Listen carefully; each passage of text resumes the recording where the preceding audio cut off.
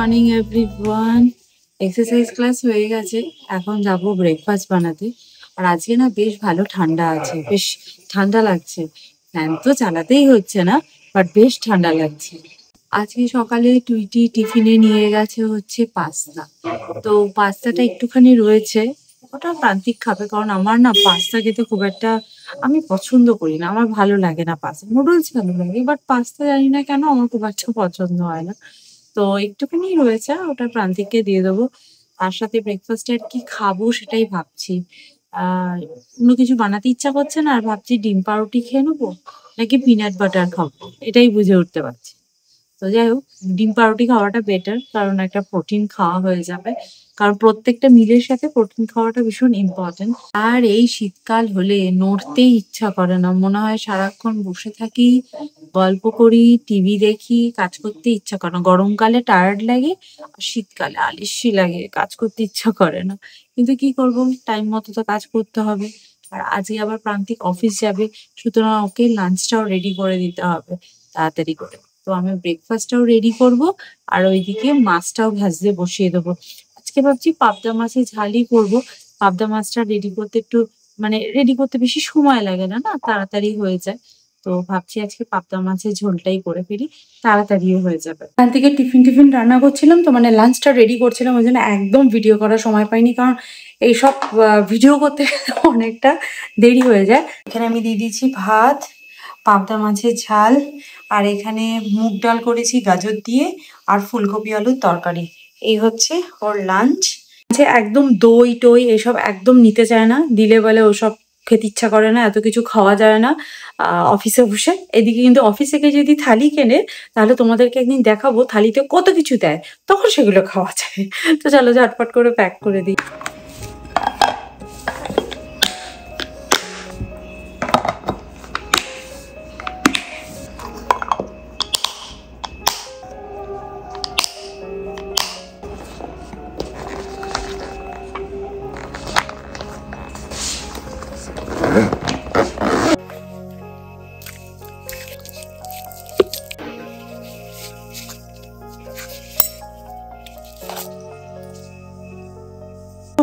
Tiffin bag ready, আমি এখানে রেখে দিই, যাওয়ার সময় নিয়ে যাবে।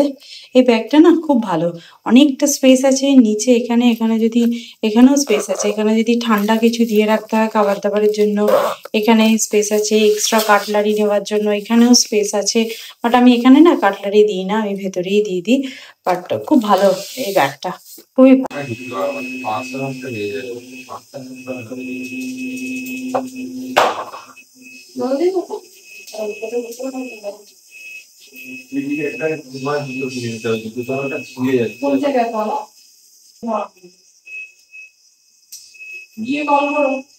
যেহেতু আমাদের এই জানলাটা অনেকটা বড়, আমাদের অ্যাপার্টমেন্টের এটাই স্টাইল আর কি, ফ্রেঞ্চ উইন্ডো, সেই জন্য সকাল থেকে একদম বিকেল পর্যন্ত পুরো রোদটা পাই।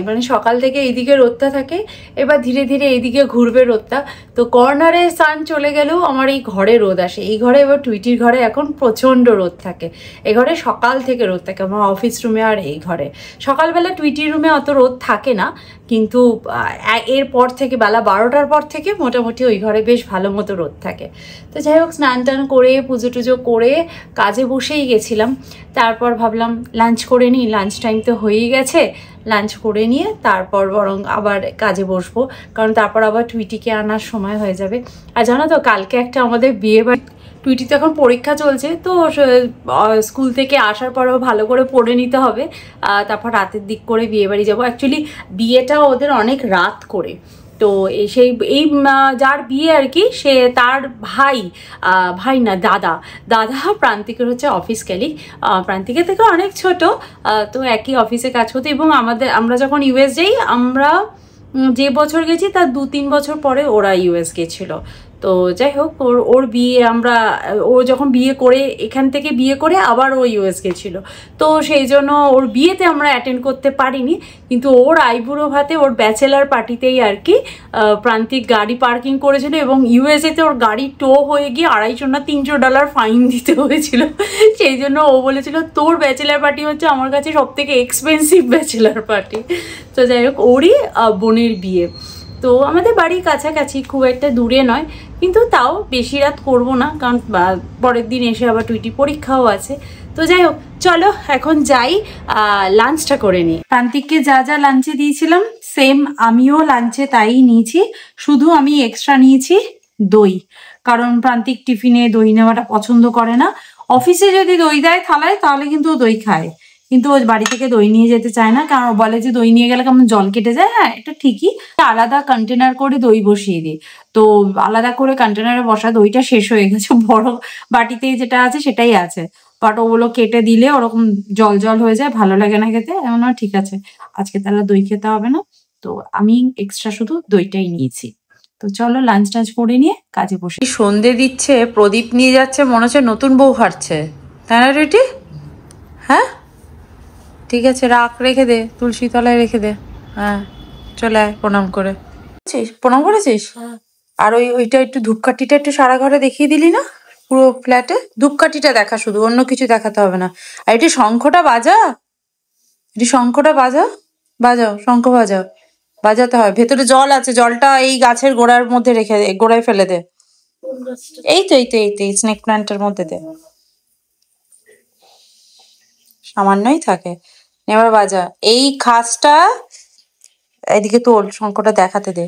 এই যে এই খাসটা, কোথা ঘোড়া তোর, এই খাসটা ঠোঁটের এই জায়গাটা রাখ, তাহলে দেখবি ঠিক বাজবে। হ্যাঁ, আরেকটু ঘোরা, আরেকটু ঘোরা।